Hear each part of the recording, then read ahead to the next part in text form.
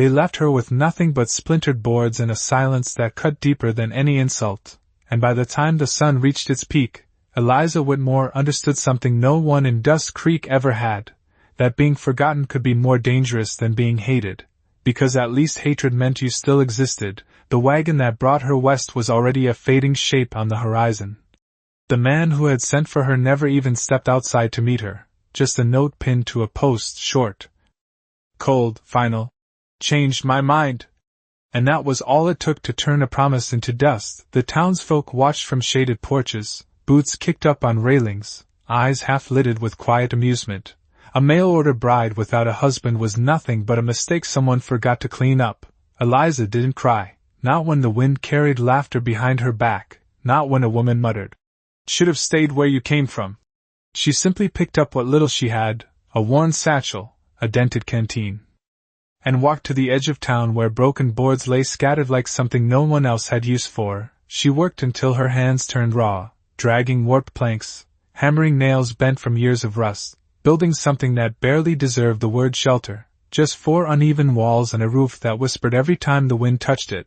By nightfall, she sat inside that fragile shack, knees drawn close, listening to the empty land breathe around her. And for the first time since she arrived, the town was quiet, not kind, just uninterested, as if she had already faded into the background of a place that never wanted her. Somewhere in the dark, a low sound broke the stillness, soft, strained, almost like the land itself was asking for help. Eliza stepped outside, barefoot in the dust, following the sound past the last fence, past where even the town's curiosity stopped, until she saw it. A cow lying on its side, ribs rising slow, one leg twisted awkwardly beneath it. Abandoned the same way she had been, left because it was easier than caring, she stood there for a moment, the wind tugging at her dress, the canteen heavy in her hand. Someone from town had once said water out here was worth more than gold, and she had less than a pint left. She looked at the animal, then back toward the faint glow of the town. No one was coming, no one ever would. Eliza knelt down, the dirt cool against her skin, and without a word, she opened the canteen, letting the last of her water fall slowly over the animal's dry mouth, over its dust-covered face, as if it mattered, as if it made any difference at all. The cow's breathing steadied, just a little, just enough to notice.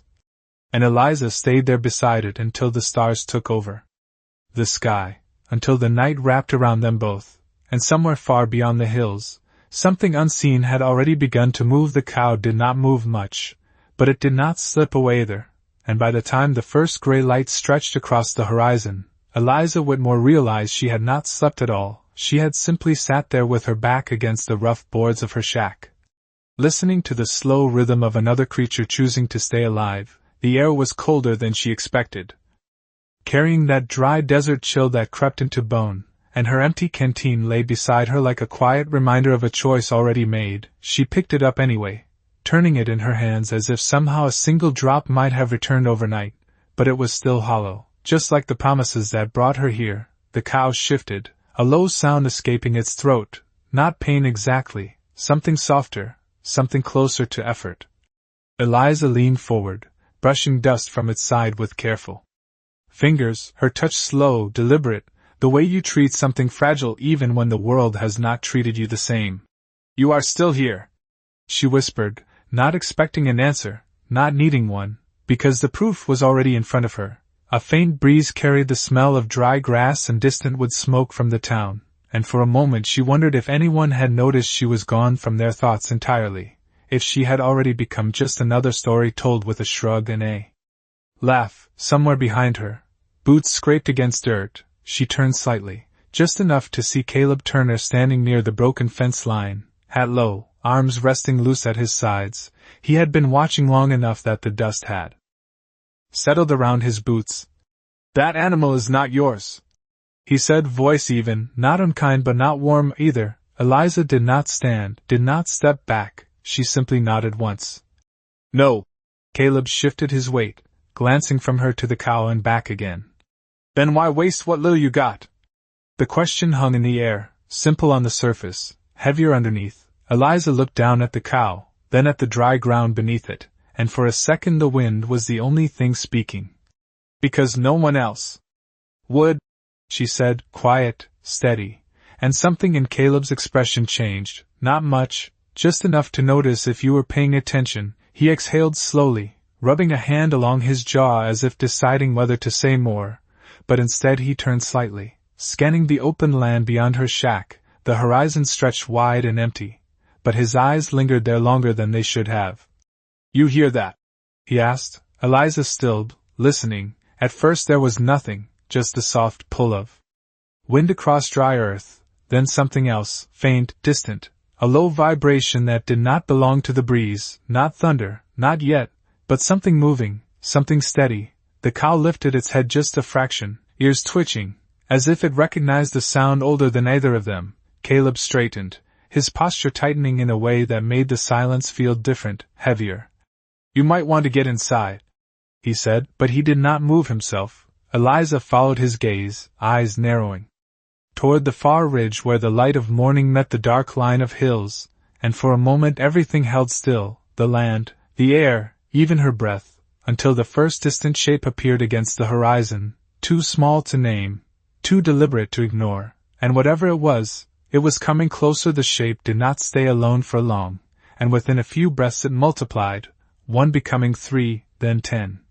Then more than Eliza Whitmore could count without squinting against the rising light. The horizon was no longer empty, it was alive, moving in a slow, deliberate line that did not break, did not scatter. Caleb Turner stepped forward just enough to place himself between Eliza and the open land, not touching her, not looking back, just standing there with the quiet certainty of someone who had seen this kind of thing before.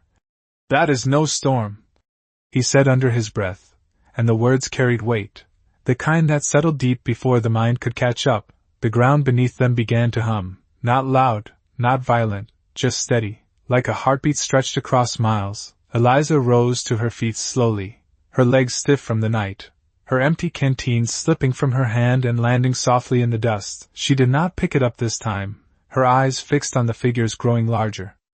With every passing second, the cow beside her shifted again, this time stronger, its head lifting higher, ears forward, as if it knew something she did not, as if it recognized what was coming long before any human could name it. From the direction of the town came the first signs of movement, doors opening, voices rising, the sharp sound of boots hitting wood and dirt, people stepping out into the morning not to greet the day, but to measure it, to understand why the air felt different, why. The silence between sounds had changed. Eliza could feel it too now, that strange pause in the world, like everything was waiting for something to arrive. Caleb adjusted his hat slightly, eyes never leaving the horizon. You stay behind me, he said, not as a command, but as a fact, and for a moment Eliza almost laughed at the idea, because there was no behind, no safety in a place where she owned nothing but broken boards and a patch of ground no one wanted. But she did not argue, she simply stood there, shoulder to shoulder with a man who had no reason to stay. The riders came closer, their forms sharpening into details, horses moving in unison, figures upright, silent, no shouting, no rush, just purpose. The line stretched wider than she expected, more than a dozen, then more than 50, then so many that counting no longer made sense. The town behind them had gone quiet again, a different kind of quiet this time. One filled with held breath and unspoken questions. Someone shouted something from a distance, but the words were lost to the wind, swallowed before they could reach her. Eliza felt the heat of the rising sun against her back, the rough edge of her shack brushing her arm, and suddenly it all felt very small, the boards, the town, the life she had tried to start, all of it shrinking against the scale of what was approaching. The riders slowed as they reached the outer edge of her land, if it could even be called that, forming a wide arc that surrounded the space without closing in, without threatening, just there, present, undeniable. The cow let out a low sound, stronger now, almost steady. And one of the riders at the front tilted his head slightly, noticing, acknowledging. Caleb's hand hovered near his side, not reaching for anything, just ready, his voice barely more than a breath. Whatever happens next, he said, it is not about this town.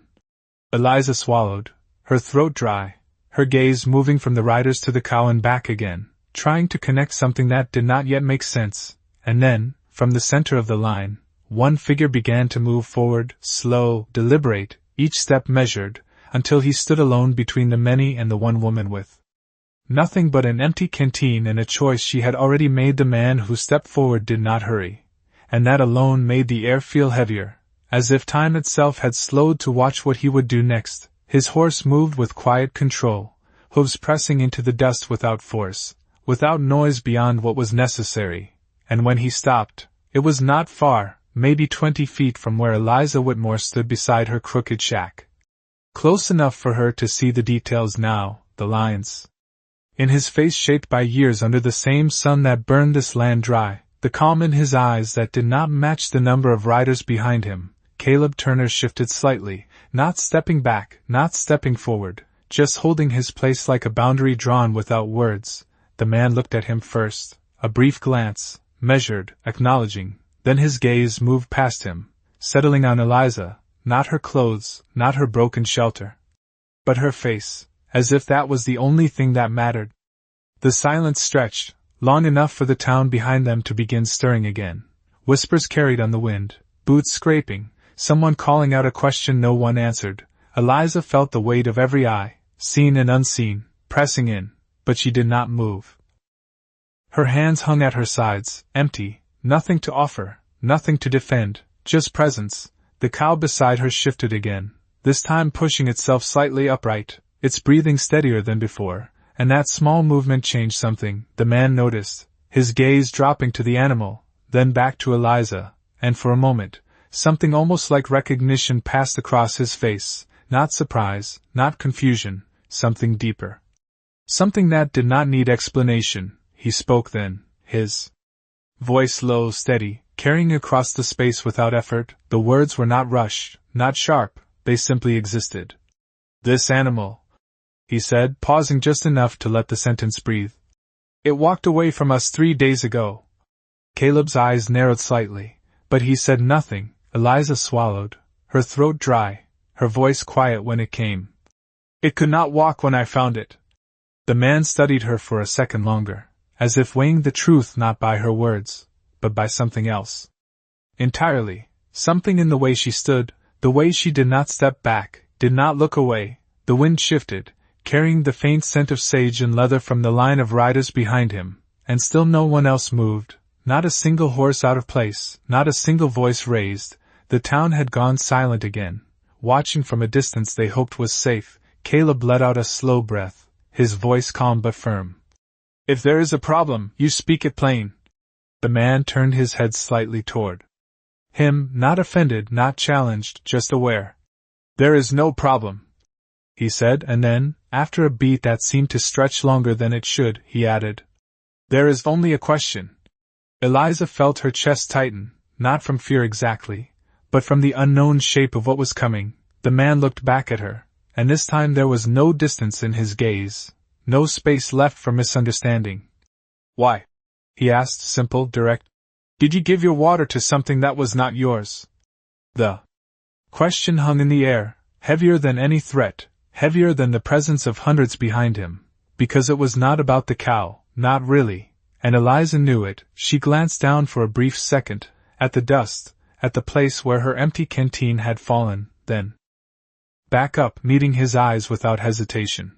"Because it needed it," she said, and the words did not echo, did not rise, they simply settled into the silence like something that had always been there, waiting to be spoken, and for the first time since he stepped forward, the man did not respond immediately. Instead, he looked at her a little longer, as if the answer had changed something he had expected to find, and behind him, something subtle shifted among the riders, not movement, not sound, but attention, as if one choice made by a woman with nothing had just reached further than she could possibly see. The silence that followed her answer did not break, it deepened, like the land itself was listening, and for a moment even the wind seemed to hesitate before moving again.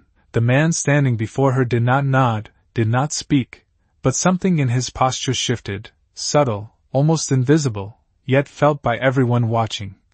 Caleb Turner lowered his gaze just slightly, not in submission, not in fear, but in recognition of a moment that did not belong to him. Eliza Whitmore remained still, her shoulders square not with defiance but with a quiet kind of certainty that had nothing left to prove. The cow beside her pushed itself a little higher, its legs trembling but holding, and that small act seemed to ripple outward. The man's eyes followed the movement, then returned to Eliza, slower this time, more deliberate. As if the space between them had changed shape. Behind him, the line of riders remained unbroken, but their stillness no longer felt distant. It felt focused, present, as though every one of them was waiting for something already decided. The man took a single step forward, closing the distance by just a few feet, enough to make the dust shift beneath his boots, enough to make the moment feel closer than it had been before. He lifted his hand slightly, not toward her, not toward Caleb, but toward the cow, and paused, as if asking permission without words.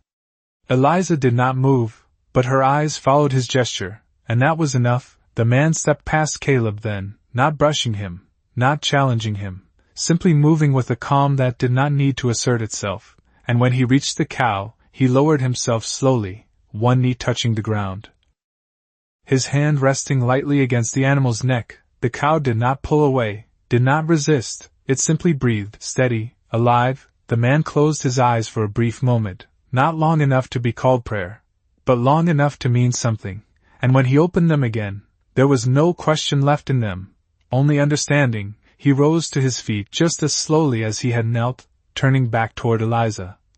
And this time when he looked at her, it was different, not measuring, not searching, but acknowledging, as if something unseen had been confirmed. He spoke again, his voice carrying the same calm weight as before. "You gave what you could," he said, and the words were simple, but they settled into the air like something larger than themselves. Eliza felt her breath catch, not from fear, not from relief, but from the way those words seemed to reach past the moment, and into something she had not expected anyone to see. Behind him, a faint movement began, not sudden, not chaotic, but coordinated. The riders shifted, one after another, their horses stepping forward just enough to change the shape of the line, not closing in, not surrounding, but forming something else entirely, something intentional. The town behind them stirred again, voices rising, confused, uncertain. A few men stepped forward at the edge of the street, hands hovering near their sides, unsure of what they were witnessing. Caleb glanced back once, then forward again, his expression unreadable, but his stance unchanged. He did not move to stop what was happening, he did not move to interfere, because whatever this was, it was no longer his place to stand between it. The man in front of Eliza turned slightly, his gaze sweeping across the riders, and with a small motion of his hand, barely more than a signal, everything shifted at once, not in noise, not in force, but in meaning. And Eliza, standing barefoot in the dust beside a shack built from broken boards, realized that the moment she thought would end her had only just begun to reveal what it truly was. The shift did not come with noise, it came with stillness, the kind that settles over a place when something important has already been decided and the world is just catching up to it. Eliza Whitmore stood where she was, the dust warm beneath her bare feet, her breath slow but uneven as she watched the line of riders transform into something she could not yet name. They did not advance, they did not retreat, they simply changed, one by one, each rider guiding their horse into a new position with quiet precision, forming a wide, open arc that faced her shack not as a threat, but as a presence, something deliberate, something respectful. Caleb Turner's eyes moved across them, taking in the pattern, the order, and for the first time since they arrived, he let his hand fall completely to his side, the tension easing not because the danger had passed, but because he understood it had never been what he thought. The man who had stepped forward remained closest to Eliza, his posture calm, his gaze steady, and then, without warning, he lowered himself again, this time fully, one knee pressed into the earth, his head dipping just enough to mark the gesture. And that single motion broke something open across the field. Because behind him, as if carried on an unseen signal, every rider followed, one after another, until the entire line of warriors knelt in the dust, their horses still, their heads bowed. The movement was not rushed, not forced, it unfolded with a quiet certainty that made the moment feel larger than the land itself. Eliza felt her breath catch in her chest, her mind struggling to match what she was seeing with anything she had ever known. because nothing in her life had prepared her for this. Not the journey west, not the rejection, not the nights spent alone in a shack that barely stood against the wind.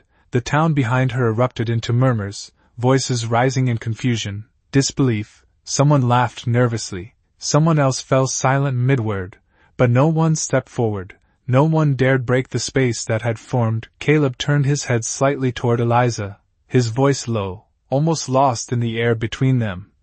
"You did not just help that animal," he said, and there was something in his tone that suggested he was only now beginning to understand what that meant. Eliza did not answer, she could not, her eyes fixed on the man in front of her, who now lifted his head and looked directly at her once more, and in that gaze there was no distance left, no question, only recognition. He reached into the folds of his coat and drew out a small object, worn, simple, something that caught the light just enough to stand out against the dust. He held it out in both hands, not offering it yet, just presenting it, allowing her to see. It was a carved piece of wood, smooth from years of handling, shaped into the form of a small animal, a cow. Eliza felt something tighten in her chest as she looked at it, not because she understood it fully, but because she knew it mattered. The man spoke again, his voice carrying across the silence with the same steady weight. "This is how we remember," he said, and the words settled into the moment like something older than the land itself. He extended the carving toward her then, closing the distance by one final step, not forcing, not pressing, simply placing the choice where it belonged. And for the first time since she had arrived in Dust Creek, Eliza Whitmore was no longer the woman who had been left behind. She was the one being seen. Eliza Whitmore did not reach for the carving right away, her hand hovering in the space between them as if touching it too soon might break whatever fragile truth had formed in the silence. The man held it steady, patient, unmoving, his gaze never leaving hers, and for a moment the world seemed to narrow down to that single offering. A small piece of carved wood carrying more weight than anything she had owned since she arrived. The cow beside her shifted again, this time fully steady on its legs, its breath calm, its presence no longer fragile but certain, and something about that steadiness made Eliza finally move, her fingers closing around the carving, rough edges meeting skin that had already known too much hardship. The wood was warm, not from the sun, but from years of being carried, remembered. She looked down at it briefly, tracing the shape with her thumb, then lifted her eyes back to the man, and in that small motion, something passed between them that did not need words. Behind him, the line of warriors remained bowed, not shifting, not restless, as if the act of waiting was itself a form of respect. Caleb Turner exhaled slowly, his gaze moving from the kneeling riders to Eliza, and, for the first time since he had met her, there was no question in his eyes, only a quiet acknowledgement that he had witnessed something rare, something that did not happen in places like Dust Creek. The town behind them had grown louder now, voices overlapping, confusion turning into uneasy curiosity. A few figures stepped closer, stopping well short of the invisible line that had formed. Unsure whether they were allowed to come any nearer, Eliza remained where she was, the carving still in her hand, the weight of it settling deeper with every second. The man rose from his kneel then, slow, deliberate, and when he stood, he did not look larger, he looked grounded, as if the act had placed him exactly where he was meant to be. He turned slightly, his gaze sweeping across the riders behind him, and with a single nod, the movement began again, not all at once, not sudden, but steady. Each warrior rising in the same measured way they had lowered themselves, the line reforming, not as it had been before, but changed, something in their presence softer now, less distant, more connected to the ground they stood on. The man looked back at Eliza one last time, his voice quiet, but clear enough to carry. "You are not alone here," he said, and the words did not feel like a promise, they felt like a statement of something already true. Eliza felt her breath steady, her shoulders easing in a way she had not noticed before, not because the situation had ended, but because something inside her had shifted, the kind of shift that does not reverse. Caleb glanced toward the town, then back to her, a faint smile touching the corner of his mouth, not wide, not loud, just there. "Looks like they see you now," he said, and Eliza turned slightly, her gaze moving past him, past the riders, to the people who had once watched her like she did not belong, and for the first time, they were not laughing, not whispering, just standing there, uncertain, quiet, as if they were the ones trying to understand their place in something they had not expected. Eliza closed her hand around the carving, holding it close, and in the stillness that followed, she realized that what had come to her shack that morning was never meant to take anything away. It had come to return something she had not even known she had lost. The riders did not leave in a rush. They moved the way they had arrived, steady, measured, as if every step carried meaning beyond distance. And yet something had changed in the space they left behind, something that did not disappear with them. Eliza Whitmore stood still long after the first line broke away, the carved piece of wood resting in her palm. Its weight no longer unfamiliar but grounding. The cow beside her took a slow step forward, then another, its strength returning not all at once, but enough to remind her that what she had done had mattered in a way no one in Dust Creek had ever shown her. Caleb Turner shifted his stance, watching the riders as they began to spread out, not retreating, not abandoning the land, but settling into it in a way that suggested presence rather than departure. "They are not just passing through," he said quietly, more to himself than to her, and Eliza followed his gaze, noticing for the first time that a few of the warriors had dismounted, their movements calm, purposeful, as they approached the edges of the land around her shack, not crossing into it, not claiming it, just acknowledging it. The town behind them had grown restless, voices rising with a kind of unease that comes when something does not follow the rules they expect. A man stepped forward from the edge of the street, hat in hand, his posture uncertain, as if he was trying to decide whether to speak or remain silent, but the words never came, because there was nothing he could say that would fit the moment unfolding before him. Eliza looked down at the carving again, turning it slightly in her hand, the smooth surface catching the morning light, and for the first time, she noticed the small markings etched along its side, lines that were not decoration, but story, each one deliberate, each one placed with care. She did not understand their meaning, but she understood their purpose. This was not just a gift, it was a record, a way of remembering something that could not be measured in words alone. The man who had spoken to her remained nearby, not as close as before, but not distant either, his presence steady, watchful, and when she looked up, he was already looking at her, as if waiting for her to see something she had not yet realized. He raised his hand slightly, gesturing toward the cow, which now stood fully upright, its head high, its stance no longer uncertain. "It will walk again," he said, and there was no doubt in his voice, no question, just certainty. Eliza felt a small breath leave her chest, something lighter than before, something she had not felt since before she arrived in this place.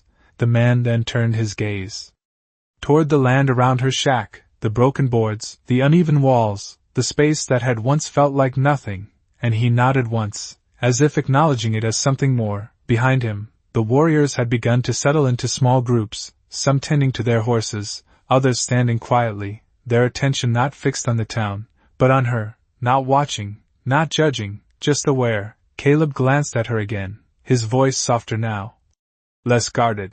"You changed something today," he said, and Eliza did not answer, because she was only just beginning to understand what that meant. The wind moved through the open land, brushing against the walls of her shack, no longer sounding like something fragile, but something that belonged, and as she stood there, holding a story carved in wood, surrounded by a presence she had not expected, Eliza Whitmore realized that the place she had been left in was no longer the same place she had arrived to. And neither was she. The day did not end the way it had begun, and by the time the sun reached its highest point, Dust Creek no longer felt like a place that could pretend nothing had happened. Eliza Whitmore stood beside her shack, the same broken boards casting the same uneven shadows, but everything else had shifted in a way no one could ignore. The cow moved slowly now, steady on its feet, stepping through the dust with a quiet strength that mirrored something inside her. The carved piece of wood rested in her hand, no longer foreign, no longer just an object, but a reminder that what she had done had been seen, truly seen. Caleb Turner leaned against the fence post nearby, his posture relaxed in a way it had not been before, watching the land with a thoughtful silence. "Funny thing," he said. After a while, his voice low, almost reflective. "People out here think survival is about holding on to what you got." He paused, glancing at the empty canteen lying near her feet, then back at her. "Turns out sometimes it is about knowing when to let it go." Eliza looked down at the canteen, then at the cow, then at the horizon where the riders still lingered, not as strangers, but as something else entirely, something connected. She did not answer, because the truth of it was already settling into her. The town had grown quieter again, but not in the same way as before. This silence was different, heavier with thought, with reconsideration. A few people had stepped closer throughout the day, not boldly, not confidently, but enough to show that the distance they had kept from her was no longer as certain as it once was. One woman left a small bundle of cloth near the edge of her land, not saying a word, just placing it there and walking away. Another man nodded once as he passed. Brief, almost awkward, but real, and Eliza noticed these things without reacting, without reaching, simply allowing them to exist as they were, because she no longer needed them the way she had before. The man who had spoken to her earlier approached once more, his steps quiet, deliberate, and when he stopped, it was not to question, not to measure, but to stand beside her for a moment, looking out at the same land. "You gave life," he said, his voice carrying the same calm certainty, "and life answered." Eliza felt the words settle into her chest, not as something new, but as something she had always known without having the language for it. The wind moved again, brushing past them, carrying the scent of dust and something softer beneath it, something like belonging. The man turned then, returning to his people without another word, and as he did, the riders began to move once more, not leaving entirely, but spreading out across the land beyond, their presence no longer a moment, but part of the place itself. Caleb pushed off the fence, adjusting his hat slightly, his eyes meeting hers for a brief second. "You built more than a shack out here," he said, and there was no trace of doubt in his voice now, only quiet respect. Eliza watched him walk back toward the town, then looked down at the carving in her hand, tracing the lines once more, understanding just a little more of what they meant. The cow stepped closer to her, its presence steady, calm, and she reached out, resting her hand against its side, feeling the warmth, the life she had helped keep, and in that simple touch, everything became clear in a way words could never fully explain. Out here, where the land stretched wide and unforgiving, where people came to take and hold and survive, something else had taken root, something quieter, something stronger, and as Eliza Whitmore stood in the space she had been left to disappear in, she realized that she had not been abandoned at all. She had been placed, and what she chose to do with that place had changed everything, not with force, not with noise, but with something far more lasting, the kind of strength that does not need to be seen to be felt. And out here, that was the only kind that ever truly mattered.